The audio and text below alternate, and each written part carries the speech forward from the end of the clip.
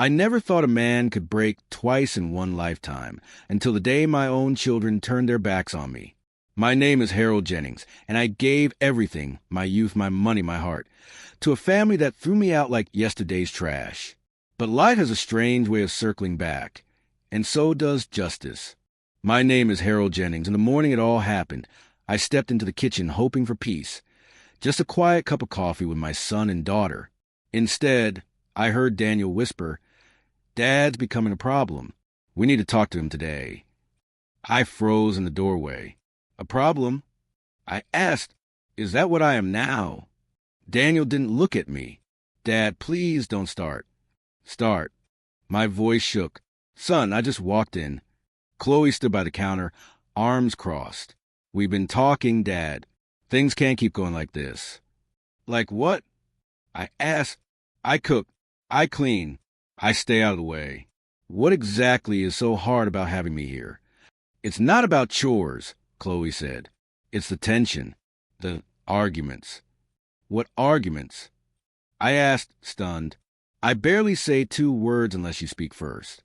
Sarah walked in then, eyes sharp. "It's the money, Harold. You know what you did." I stared at her. "What money?" She stepped closer. "You've been mishandling funds since Grace died. Don't deny it." My throat tightened. "Sarah, that's a lie. I haven't touched anything but my pension." Daniel finally met my eyes. We checked the accounts. "Money is missing." "Then check again," I told him, because I didn't take a damn cent. He sighed like he was tired of me. "Dad, please. We already made the decision." "What decision?" My heart thudded painfully. Chloe's voice cracked just slightly.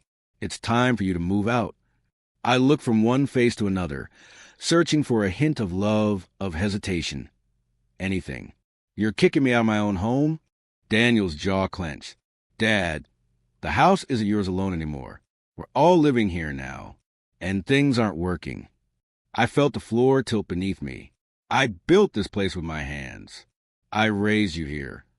And we appreciate that," Chloe said quickly. "But it doesn't change the situation." I laughed, but it came out broken. "Appreciate? That's what you call this? Appreciation?" Sarah folded her arms tighter. "Don't guilt-trip them, Harold." I turned to her. "You're the one whispering poison into their ears." She stepped back like I had slapped her.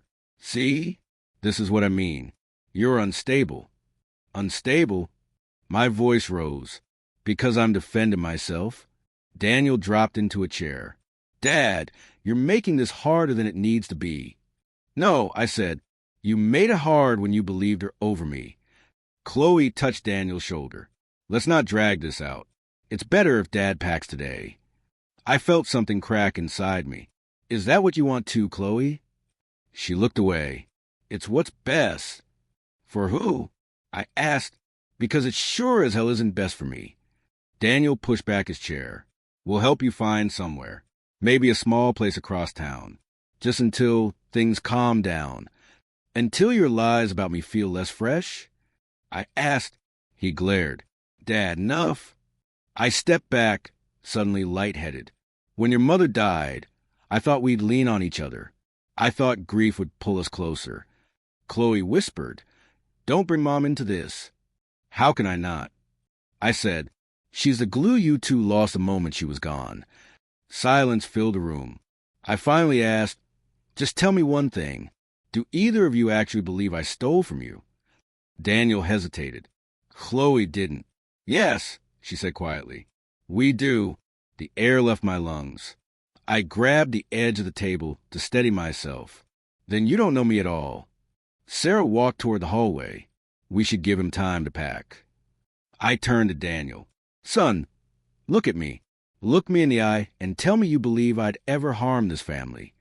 He stared at the floor. That was answer enough. I went to my room, every step heavier than the last. Chloe followed halfway, but stopped when I didn't say anything. I opened drawers slowly, touching the shirts Grace had folded years ago.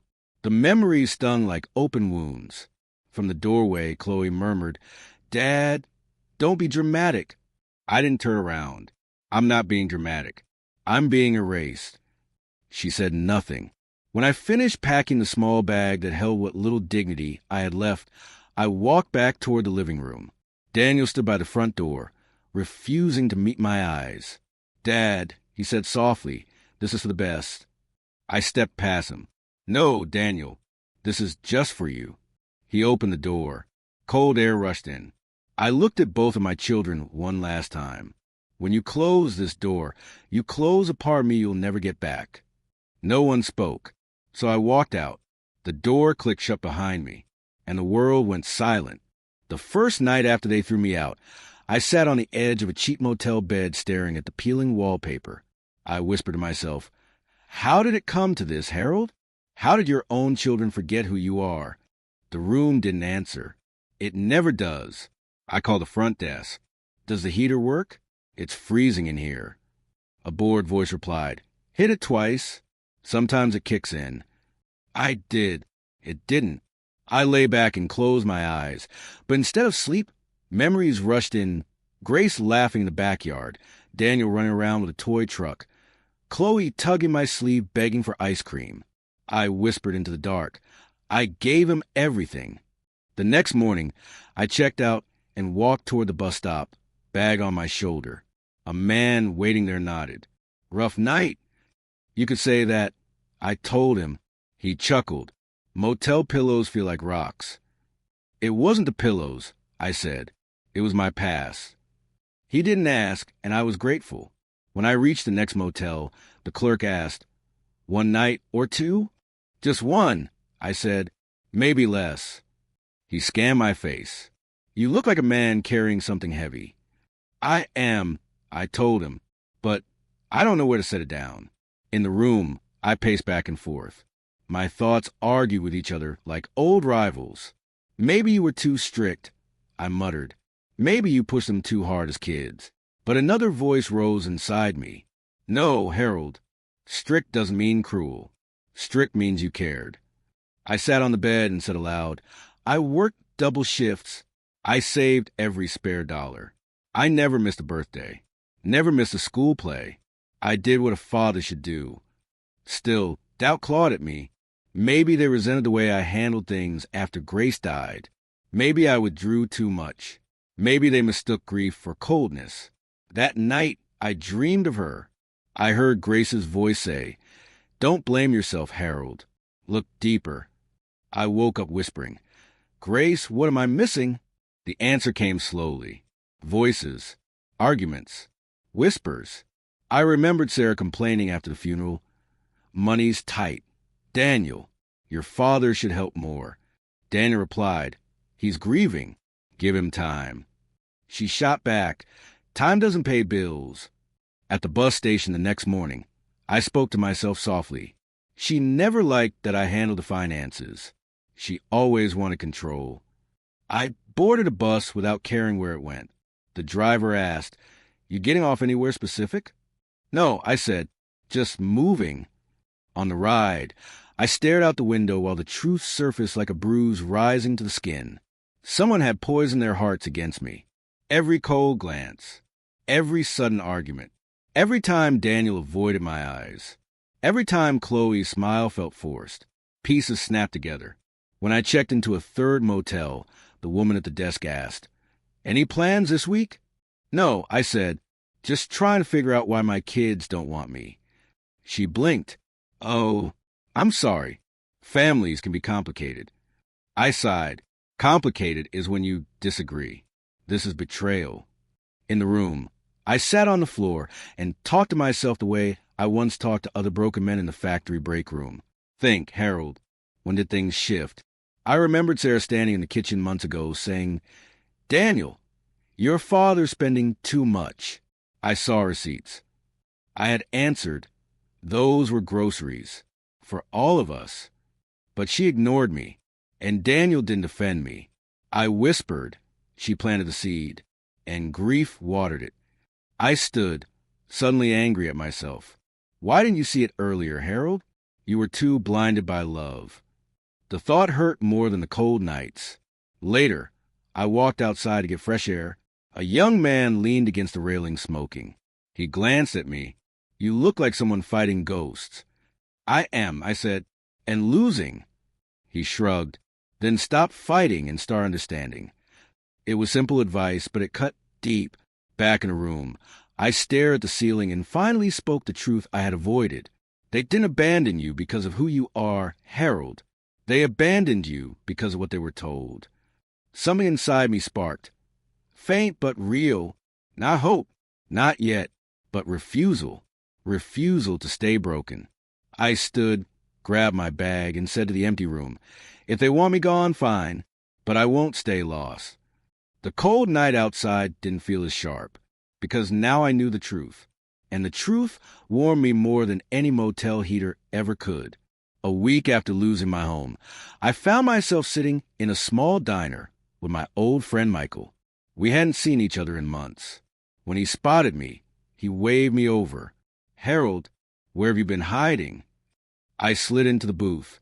Not hiding, just misplaced. He chuckled until he saw my face. You look tired, old friend. Something happened? My kids kicked me out, I said quietly. His fork froze halfway to his mouth. What? Why? They think I stole money. I shook my head. I didn't. He hesitated, then muttered, well, considering everything with the loan. I stopped breathing. Loan? What loan? His eyes widened. You mean Daniel didn't tell you? I leaned in. Michael, start talking. He shifted uncomfortably. It was years ago, Harold. He said you approved it. Said you signed for him. I signed nothing, I said, my voice low and trembling. Michael swallowed hard. He needed the money for that business expansion. The bank wanted a co-signer. He showed them paperwork with your signature. I stared at him. My signature? He forged it. He whispered, I thought you knew. I gripped the edge of the table. No, Michael, I didn't know. Not a damn word. He rubbed his face. I shouldn't have brought it up. I assumed it was old news. It is old, I said, but not news. The waitress passed by. Everything all right here, gentlemen? No, I answered honestly. But thank you. When she left, Michael leaned closer. Harold, I'm sorry. I really thought. How much? I asked.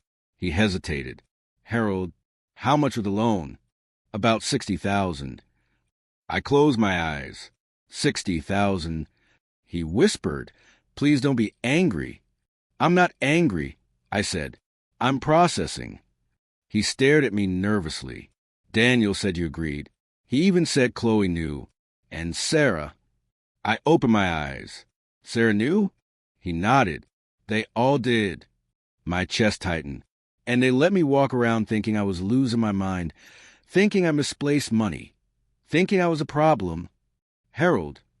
I cut him off. They kicked me out, Michael. They accused me of stealing. Meanwhile, my son committed fraud using my name. His voice cracked. I'm sorry. I stood abruptly. I need air. Michael followed me outside. Harold, listen. No, I said. You listen. I pointed to my chest. I spent my entire life protecting those kids. I worked through sickness. I worked through grief. I did everything a man could do to keep a family together. I know, he whispered, and they still chose lies over me. Michael looked like he wanted to shrink into the sidewalk. What are you going to do? I shook my head. I don't know yet, but I'm done blaming myself. He reached for my arm. Don't do anything reckless. I pulled away gently. Reckless was trusting them more than myself. He winced. Harold, they were scared. If you'd found out, you could have gone to the bank. They could have lost everything. I laughed coldly. So they threw me out first? That was their solution. He didn't answer. I said, they weren't protecting themselves from trouble. They were protecting themselves from me knowing the truth. Tears burned my eyes, but I forced them down. I'm their father, Michael. Their father. And still they chose fear over honesty.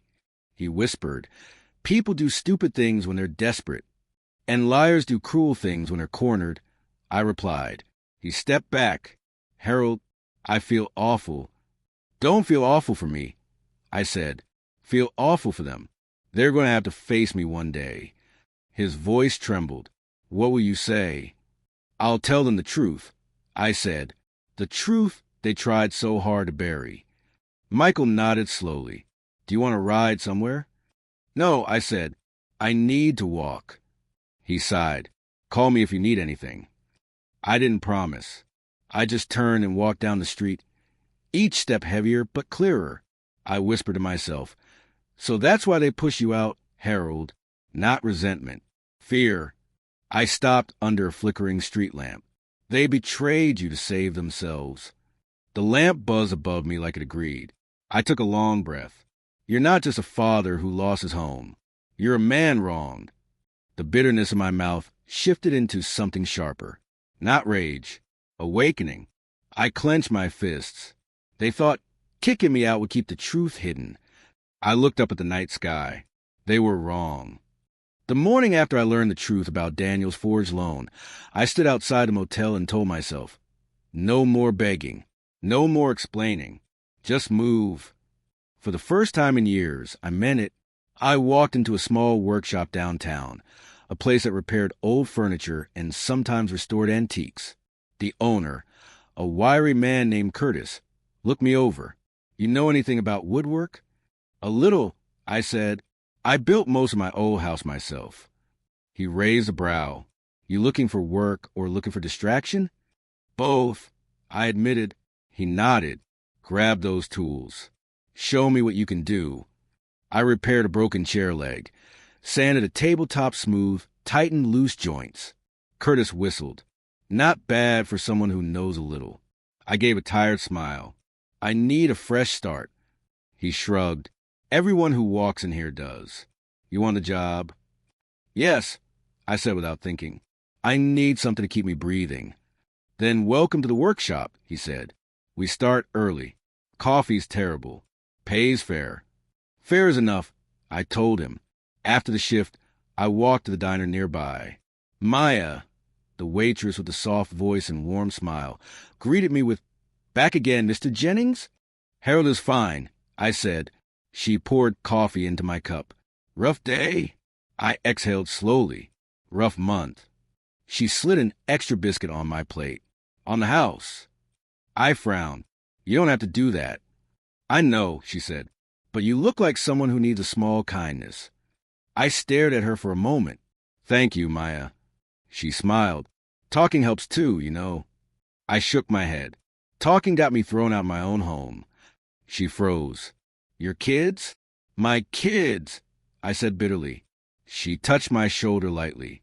"Then talk to someone who won't throw you out." I didn't cry, but something softened inside me. While I ate, a young man slid into the booth across from me. He couldn't have been more than 20. "Excuse me, sir. Mind if I sit?" "Place is packed." I glanced around. It wasn't, but I didn't push him away. "Go ahead." He stuck out his hand. "Name's Leo." "Harold," I replied. He grinned. "Old school name. Strong." "I used to feel strong," I said. "Well, you still look like you could wrestle a tree if you wanted." I snorted. "Trust me, trees will win these days." He leaned forward. "You look like a man carrying something heavy." "That obvious?" "Very," he said. "Whoever hurt you, they don't know what they lost." His words stung and soothed at the same time. "How would you know?" "Because my dad raised me alone," he said. "And I see that same tired loyalty in your eyes." I whispered, "My kids forgot who I am." He nodded slowly. "Then find yourself again. Make them remember." Those words hit me like a hammer. "Maybe I will." When he stood to leave, he said, "If you ever need help lifting something or moving something, I'm around. My shift ends at 5. I watched him go, feeling something unfamiliar, the faint return of my spine. The next morning at the workshop, Curtis approached me. "You free this weekend? Got a big repair job." I nodded. "Work keeps my mind steady." He frowned. "You talk like a man who's been drowning." I told him. "Not anymore." He smirked. "Good. Broken men break wood. Whole men fix it." I laughed softly. "Then I guess I'm learning to fix again." Later that day, Maya brought a plate to my table and said, You look lighter today. I feel lighter, I admitted. What changed? I stopped waiting for my kids to apologize, I said, and I started rebuilding myself. She smiled proudly. That's the kind of strength most people never find. With every passing day, I felt more like myself. My shoulders straightened. My hands stopped shaking. My voice regained weight. I caught myself humming while sanding a cabinet. One afternoon, Curtis watched me work and said, "You've got skill, Harold. Just years of patching things others broke." I replied. He tapped the table. "That includes you?" "Yes," I said, "but I'm repairing that too." After work, Leo showed up at the diner again. "You look different," he said. "Do I?" I asked. "Yeah, taller, like you remembered your worth." I took a deep breath. "Maybe I did." He grinned. "Good. The world needs men like you standing tall, not crawling." I stared into my coffee. My kids thought they broke me. He tilted his head. "Did they?" "No," I said. "They only reminded me what I can rise from." For the first time since Grace died, I walked out of that diner with purpose in my steps. I whispered to myself, "You're not done yet, Harold. Not by a long shot." And I believed it. I was sanding a cabinet at the workshop when my phone buzzed for the third time that morning. Curtis glanced at me. "You gonna answer that?" "No," I said. "Not yet." He shrugged. Persistent caller. "Family," I muttered. He winced. "Say no more." When the shift ended, I finally checked the screen. 5 missed calls from Daniel. 2 from Sarah. 3 voicemails from Chloe. I walked outside before pressing play. Chloe's voice cracked through the speaker. "Dad, please call me." Something happened. I didn't respond. I didn't feel panic. Just a calm spreading through me like slow fire. The next voicemail played automatically. "It's Daniel," he said, voice tight. "Dad, I need your help." Help. The same son who threw me into the cold now wanted my hand. I put the phone in my pocket and headed to the diner. When Maya approached, she frowned. "Rough day?" "Not rough," I said. "Just interesting." She poured coffee. "Talk or sit in silence?" "Silence first," I said. "Talking later." But I didn't stay silent long. "Maya," I asked suddenly, "you ever feel justice without joy?" She raised a brow. "Meaning? You ever watch someone who hurt you face consequences and feel nothing but stillness inside?" She nodded slowly. "That's when you've healed." I exhaled. Maybe I'm healing. Halfway through my meal, my phone vibrated again, another voicemail. I pressed play. Sarah's voice came through, trembling. "Harold, please. Things are falling apart. We didn't know it would go this far. Just call me back." I scoffed. She always knew how far things could go. Leo slid into the booth. "Who's blowing up your phone this time?" "My past," I said. "It's catching up." He nodded. "Karma's slow, but she never forgets." "She didn't forget this time," I murmured. He leaned in. "What happened?" I sighed. Sound like Daniel's business crashed. "Oof. How bad?" "Bad enough he's begging for help." Leo whistled. "And you?" "I'm eating my dinner." He smirked. "Good." Around evening, I stepped outside and called Daniel back. He answered instantly. "Dad? Dad? Thank God. Listen, I need to explain." "Take your time," I said calmly. "I'm not in a rush." He took a shaky breath. "There was an audit at the company. They found the old loan. They traced the signature. They know it wasn't yours." "I see," I said. "Dad, they're threatening charges. Against me. Against the business. I could lose everything."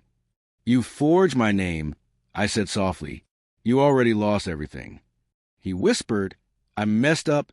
I know, but you can fix this." I closed my eyes. "Can I?" They said if you confirm you gave permission, it'll soften things. I laughed, not loud, just enough for him to hear the truth in it. "Dad, please," he begged. "I'm your son. And I was your father when you threw me out."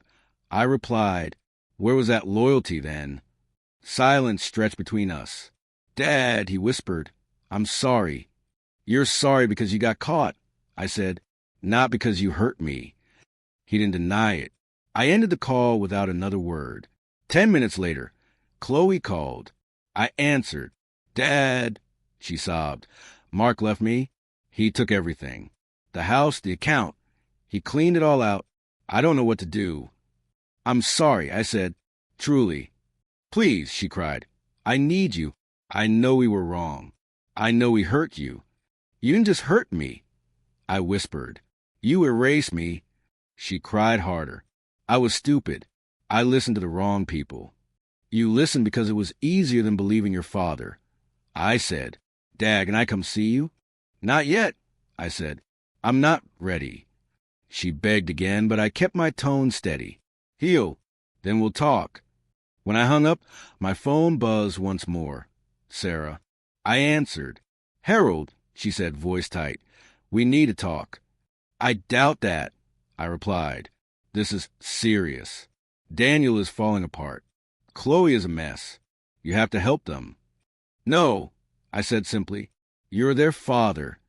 And they were my children, I answered, until they chose lies. She snapped, You're being selfish. I chuckled. For once? Good. Harold, if you don't step in, it's not my job to save them from choices they made. I said, Good night, Sarah. I hung up. I stood outside the diner. Cool air brushing my face. Maya walked out with a to-go cup. For you, she said. Thanks, I murmured. You look steady, she said. Peaceful. I am, I replied. They finally see who they really are. And who are you? She asked. I took a slow breath. A man who's done apologizing. I walked into the night calm, steady, unbroken. Karma had taken her slow footsteps. And for once, she wasn't walking toward me. She was walking toward them. I was finishing a sanding job at the workshop when Curtis walked over and said, There are 2 people waiting outside asking for you. I wiped my hands. 2. He nodded. They looked nervous. Real nervous. I knew before stepping outside. Daniel. And Chloe stood by the door like children afraid of a belt I never used. Daniel spoke first. Dad, we need to talk. I crossed my arms. I've heard enough talking from you 2 over the years. Chloe wiped her eyes. Please, just hear us out. I didn't invite them inside. I didn't step closer. I simply said, Speak. Daniel swallowed. The business is gone. They filed charges. I could be facing time. And I asked, I'm sorry, he whispered, for everything, for the lies, for throwing you out, for not protecting you when Sarah started. Chloe cut in. Dad, she twisted things. She told us you were hiding money. She said you were losing it. I shook my head. And you believe her faster than you ever believed me. Chloe nodded, crying. We did, and we were wrong. Daniel added. We thought you'd react badly if we told you about the loan. We were scared. Scared of what? I asked. The truth or the consequences? He couldn't answer. I let silence stretch, heavy and unforgiving. Chloe reached for my arm, but I stepped back.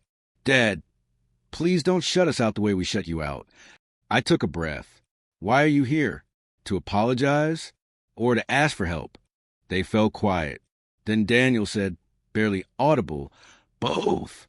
There was honesty, finally. I leaned against the wall. I'm not angry anymore. Chloe's eyes widened. You're not. No, I said. Anger requires energy. You too took that from me long ago. What I feel now is clarity. Daniel wiped his face. Dad, we broke you. We know. I shook my head. No, you didn't break me. You revealed me. Reveal what I am without your approval. And you know what I found? They waited. I'm enough, I said, with or without you. Chloe sobbed. We want you back in our lives. I looked up at the sky for a moment. I'm not coming back to the version of you that hurt me. Daniel stepped forward. Then let us change. Let us earn it. I stared at him. Are you asking for forgiveness or asking for absolution? Whatever you're willing to give, he whispered. I let the weight of years sit between us. Every sacrifice, every betrayal, every cold glance, every slammed door. Finally, I said, I forgive you. Chloe gasped, Dad. But I continued, I forgive you for me, not for you. I forgive because carrying hate is heavier than carrying truth. Daniel nodded slowly. We understand. No, I said softly. You don't, but maybe one day you will. Chloe whispered, Can we at least take you to lunch? Talk more. No, I said, not today. Then when? She asked desperately. When you stop coming to me because you're falling apart. I replied, Come to me when you're standing on your own 2 feet. She covered her mouth and cried, We love you, Dad. We never stopped. I stared at her gently. Children who love their father don't throw him onto the street. Daniel lowered his head. We can't undo it. No, I said, but you can face it. That's the start. He whispered, Can you ever trust us again? I can trust the truth, I said. And right now, the truth is you're 2 people trying to fix what you broke. That's a beginning. But trust takes time. They nodded, defeated but listening. Dad, Chloe said, tell us what you need from us. I need you to grow, I told them. I need you to stop blaming others. I need you to stand on your own. And I need you to know that my worth doesn't come from being your father. The word surprised even me. Daniel wiped his face again. Can we call you? Check in? I nodded. You can call, but I won't carry your burdens. Not anymore. They accepted it, not happily, but honestly. When they turned to leave, Chloe looked back. Dad, thank you for giving us a chance at redemption. I said nothing. I didn't need to. When they were gone, Curtis stepped out. You all right? I breathed deeper than I had in years. I'm more than all right. Feel lighter? He asked. I feel tall, I said. Taller than I've ever felt. He smiled. Good. You earned that. I walked down the road, sunlight warming my back. For the first time, my story wasn't about loss or betrayal. It was about reclaiming myself. My name is Harold Jennings, I whispered, and I ended the story standing tall. And I meant every word.